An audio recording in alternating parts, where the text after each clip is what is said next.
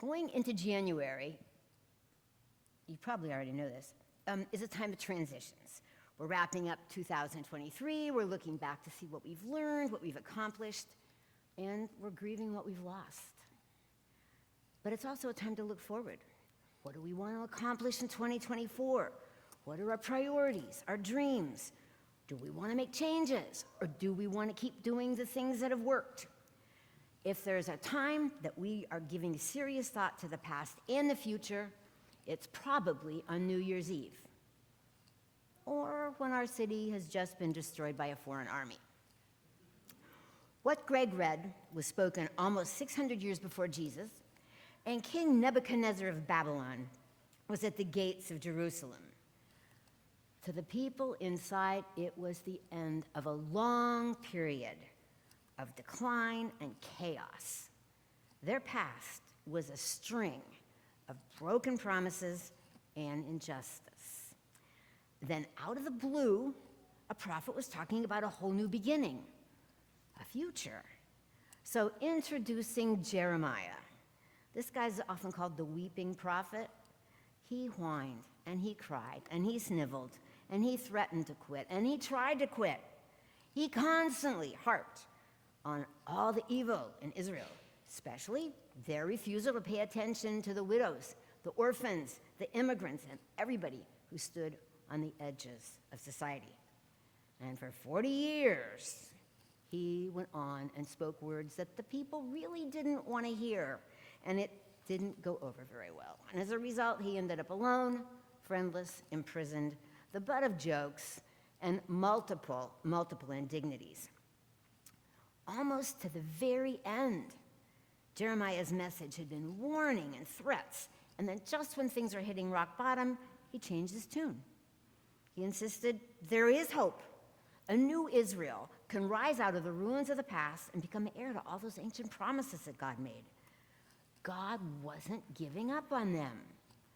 But God wasn't going to just let them turn into permanent jerks either. So how was God going to fix the mess of the past? And there's another question they must have had. What about a future? If Israel's behavior had been so bad that it resulted in almost total annihilation, what hope could there be that even if there was some kind of a restoration, that they wouldn't screw it up again? Well, those are really good questions. The people that were addressed in today's readings really had a lot of baggage. So let's talk about what Greg read. And he read it spectacularly, but I'm going to read it again because there's a lot in there, and it's going to be up on the screen too. Okay, Christians tend to ignore the political dimensions. It's much more comfortable to relegate the scathing words and the comforting ones to the realm of personal piety, Jesus and me. But this prophecy was given to a failed political body. The history recapped is one of corporate decline, and finally, national judgment and exile. And the promises are for the group too. So I'm going to read this to you. The time is coming, declares the Lord, when I will make a new covenant with the people of Israel and Judah. So let's get some context and define some words. Now, the kingdom of Israel had been defunct for 150 years, and the kingdom of Judah had just fallen or was in the process of falling to the Babylonians. And what Jeremiah was saying must have sounded just crazy. The Babylonians had burned the temple. They had ended the monarchy. This Nebuchadnezzar was a delightful guy. He insisted that the king Zedekiah watch his own sons be executed and then have his eyes gouged out. And then he was taken off to Babylon along with the leading citizens. So make a new covenant? There was nobody left to make a new covenant with. That's the historical context. What's a covenant? It is not the magic box in Indiana Jones. Interesting as that all was. A covenant is a relationship. It's a commitment, and it creates a bond between at least two parties, and it usually involves expectations, limitations, trust. It's not as cut and dried as like a contract. And beginning in the book of Genesis, we see multiple covenants. So then what's with this new covenant? The story of God's past relationship with the people hadn't changed. God's requirements for the future living, hadn't changed. The key distinction between the old broken covenant and the new one wasn't content. So what was it? And God said through Jeremiah, "It won't be like the covenant I made with their ancestors when I took them by the hand to lead them out of the land of Egypt. They broke that covenant with me, even though I was their husband, declares the Lord." Okay, husband. This is not a 21st century marriage being envisioned here. It does not imply equality. Biblical Hebrew doesn't even have a word that means just husband. Generally, the man who's a woman's partner is referred to as her man. And that gets translated into English as husband. And there are two other words that get translated as husband. One of them can mean anything from sir to Yahweh, the Lord of creation. But there's another word used here, and that's Baal. And Rosie's Bible study people will recognize this as Baal. It means master, and it was a title for the main god of the Canaanites, but it also referred to the owner of slaves or the head of a household. And in Hebrew, this isn't even a noun, it's a verb. I Baaled over them. I ruled them. In other words, this is a master-subordinate relationship of the most definite kind. God was saying, look, I'm entitled to your obedience. If you don't comply, I can punish you. I can sell you. And God had punished. According to Jeremiah, God would have been entirely within God's rights to have abandoned them to Babylon forever. But when they cried, God responded with mercy. Jeremiah continued, "No, this is the covenant I will make with the people of Israel after that time, declares the Lord.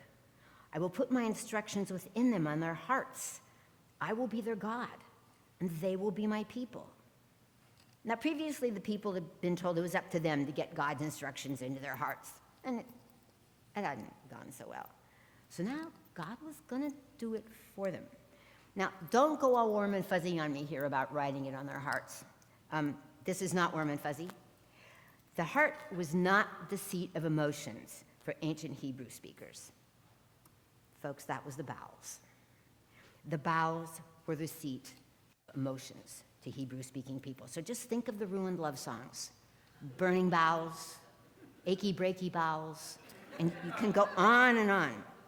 The heart was the center of decision-making. It was the center of volition, executive functioning. If God put it in your heart, it was incorporated into your decision-making and your decision implementation. And equally importantly, in spite of this particular translation, it is one heart, a communal heart. So not only is it not warm and fuzzy, it's not about individual freedom or about individual anything. God was putting the instruction within them as a community. Now hold that thought. Jeremiah continued, "They will no longer need to teach each other to say, 'Know the Lord,' because they will all know me. From the least of them to the greatest, declares the Lord, for I will forgive their wrongdoing and never again remember their sins." And who's to know God? Everyone. And then there's that word sin again, but we just can't get away from that word. Now, remember, sin is not having sex in the backseat of the car when you're 16. That is not what is being talked about here. Jeremiah is talking about Israel's mistreatment of the people in their own covenant community through an unjust system, unjust economic system, unjust legal system. And the book of Jeremiah pays real careful attention to the people who benefited from those systems. Jeremiah's got his eye on the kings, the priests, the court prophets, the leaders. God is concerned here about corporate sin. And continuing what Jeremiah said, "Proclaims the Lord, the one who established the sun to light up the day and ordered the moon and stars to light up the night, who stirs the sea up into crashing waves, and whose name is the Lord of heavenly forces." And our reading ends with Jeremiah reminding us who this God is. And this is strong stuff. Night and sea were both symbolic of what was there before there was anything. It was chaos. And everybody in the whole ancient Near East, not just Israel, believed that this chaos threatened them every day, and that every day, whoever their deity was, had to fight back against these forces of chaos. So to Jeremiah, it was the God of Israel that brought order and light out of darkness and water at creation, and who still, to that day, keeps it at bay. So this God, who created and sustains the universe, has made this commitment. So the God doing the committing was powerful enough to make it happen. And the God who created and sustains the universe cares about what happens to the people that God created.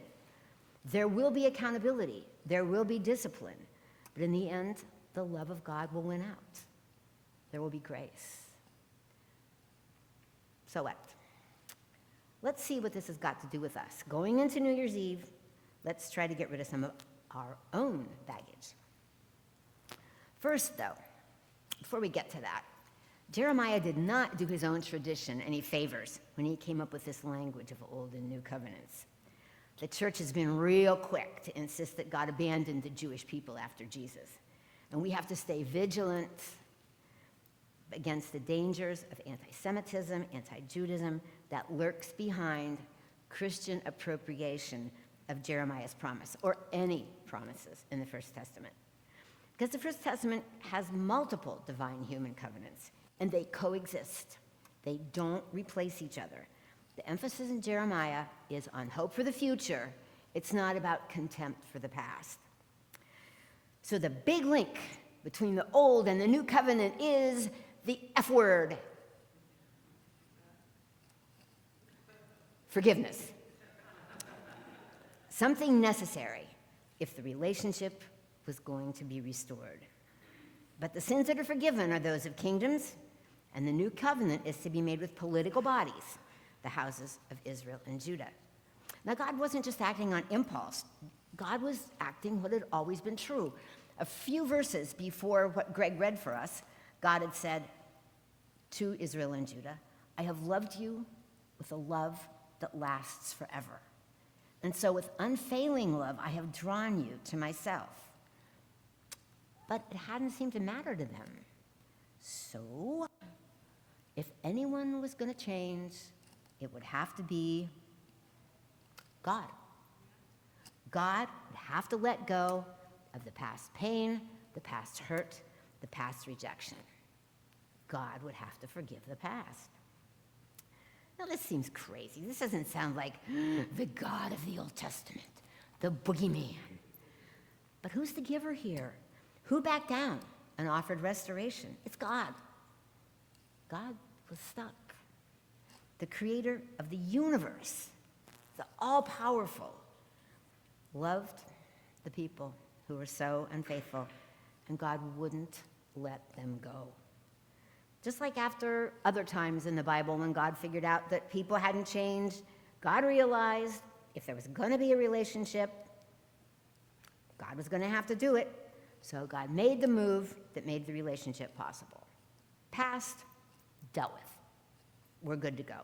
But it gets better. God is making it easier for them to obey going forward, needing less forgiveness in the future. But something new was going to be required because these people just hadn't gotten it together. Not ever, not ever. So for God to get the desired results going forward, God would have to do something a little bit more intrusive. Notice God didn't ask their permission. It wasn't an invitation. It was a declaration of divine invasion. Now, we might not like that. We don't want to be invaded. We're autonomous, and we want to make our own decisions, right? And it's not hard to see where that's gotten us. God would have to stop patiently knocking on the door of human hearts, break down those doors, and do some tattooing. God's greatest miracle may not be the parting of the Red Sea. It might be that God, who doesn't have to do any of this, softens human hearts, that God equips people to want to do the right thing. So now what? What do we do with this? Jeremiah had begun by offering an orderly universe in which the disobedient are punished and justice is maintained. She got what she deserved. An eye for an eye, you know this. And sometimes we think we like that too, but is it really that simple? God didn't seem to see it that way. And towards the end, Jeremiah got it too. The God of creation would forgive them even though they didn't deserve it. Not justice in the traditional sense, but justice in the biblical sense. The God of the Exodus would renew the relationship. God relieved them of a lot of baggage. So what about our baggage? Us, Parkside. In this room, almost 2024, wouldn't we like to go into it with less junk? And that brings me back to the F word. Forgive. God, the master, the creator, the sustainer, forgave Israel and forgave before that and has forgiven since then and has forgiven us. Forgiveness. But when it comes to the F word, lots of people think two things. I don't need it, and they don't deserve it. Okay, don't need it? Maybe we don't like the idea of God forgiving us. Maybe we don't believe God has the right to demand anything from us, so there's no need to forgiveness. But Jeremiah and the other biblical prophets and Jesus insisted God has a claim on us that is total. God is the Baal, the master, and could have chosen to do anything. So, did they deserve it? Probably not. Does anybody really deserve forgiveness? Some people have hurt us so badly. Others have hurt people we love and hence have hurt us. Forgiveness isn't saying it's okay what the person did. Forgiveness isn't saying it doesn't matter. It isn't saying you aren't still angry. It isn't saying we'll be friends again. Now, God can change hearts, so when God forgives, it can result in a restored relationship. But we can't change hearts. So not all relationships will be destroyed, and we probably don't want some of them to be. But we can still forgive. Forgiveness simply means taking our hands from around somebody else's throat and praying for God's best for that person or that group of people. It's releasing that person or that group to God so that God can work a miracle. God can write on the hearts of the worst offenders, and that's good news. So God can soften. Can we? I've mentioned Jeremiah wasn't talking about individuals. This is our communal heart. Systemic justice is a promise from God, but it's also a challenge to us. We can't achieve this by our own efforts, but it still calls our faith community to live into that promise, receiving and giving forgiveness. So, as we start into this new year, who do we as the church need to forgive? Our society has chosen to villainize certain groups, and unfortunately, as a whole, the church has bought into this. You can probably think of groups that are demonized, some by the right, some by the left. For an example, though, I want to choose a group that's demonized across the political spectrum. People with felonies. The 21st century lepers, victims of the media's attempt to make sure we have someone to be afraid of, someone to blame things on. So we fear them without even knowing them. I've known people who've spent their entire lives trying to live down a mistake, but they never can. You got a felony on your record, no matter how old, you can't live in subsidized housing. You can't hold most jobs. You can't vote. You're shunned, feared, hated. And there are other demonized groups, of course, many. We are the church. We don't have to keep punishing people because the media needs a villain. There are things people can't do for themselves, like make themselves welcome in society. Can we, the church, forgive and allow them to be real people again? Forgiving is the hardest work, but it's worth it because forgiveness, well, it frees the forgiver too. And apparently God experienced this. Because if we don't forgive, Who is it that gets hurt? The offender might not care one bit about our forgiveness. He, she, they, going happily about life, while we, the ones who were hurt in the first place, are consumed with resentment and rage and getting ulcers and sick. So we're allowing the person or group who hurt us in the first place to keep hurting us. Forgiveness releases us from that. And that brings me to another F word, freedom. To get rid of the baggage, to go into the new year lighter, who do you need to forgive? Who do we need to forgive? If God can forgive us, we can forgive them. If we're open to this change, God can work some pretty incredible miracles. Let's dump some of this baggage, have a reduced baggage 2024. Let's go out forgiving and forgiving. We have got a lot to celebrate.